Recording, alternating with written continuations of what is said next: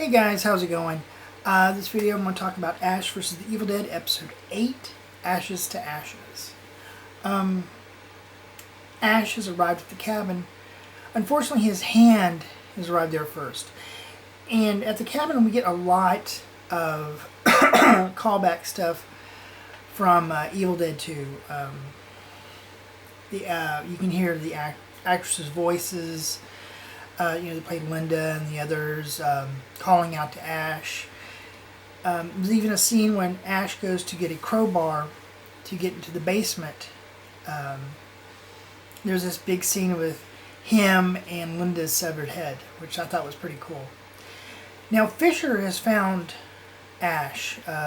Pablo and Kelly are still out in the woods looking for him. And what happens is his hand actually grows a new Ash, sort of like what happens in Army of Darkness, where the little eye on his shoulder becomes a second Ash, where we get the title from, Ashes to Ashes. So we have good Ash and we have bad Ash all over again.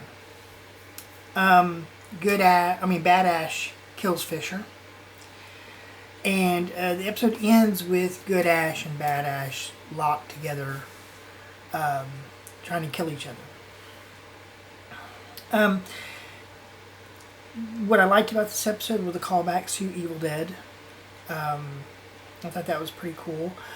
I have not yet seen anything really, though. I mean, besides the good Ash, bad Ash, but I haven't really seen anything that actually references Army of Darkness. It's almost like the series is pretending Army of Darkness didn't exist. Which I guess I'm okay with that. Army of Darkness did kind of have a different feel to it. It wasn't the same time of feel as the first two Evil Dead movies. Personally, it's one of my favorite movies, but there you go. The bad part is, what I didn't like is when Kelly and Pablo are looking for the cabin, they run across these three teenagers. And the teenagers show them where the cabin is and they just disappear. And I'm thinking, what was the point in that? Are they going to come back later on in the next couple episodes? I was watching just assuming they're going to become Deadites at any moment. And Pablo and Kelly were going to fight them off, but none of that happened. So,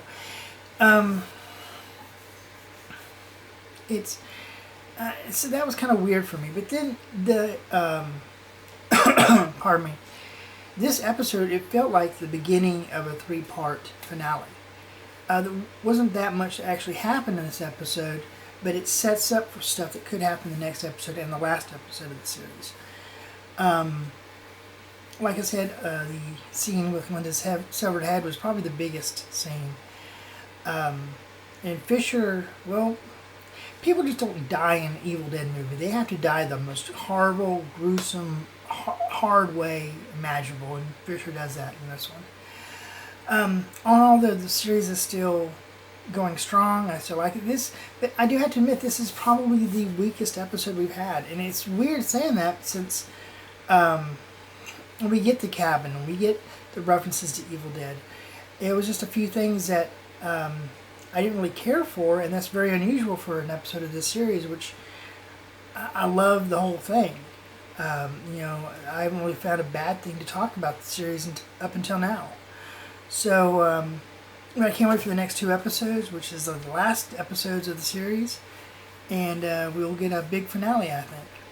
Alright, well that's about it for right now, and I will talk to y'all later. Oh, by the way, I'm going to upload this probably on Christmas Day. Maybe, I hope.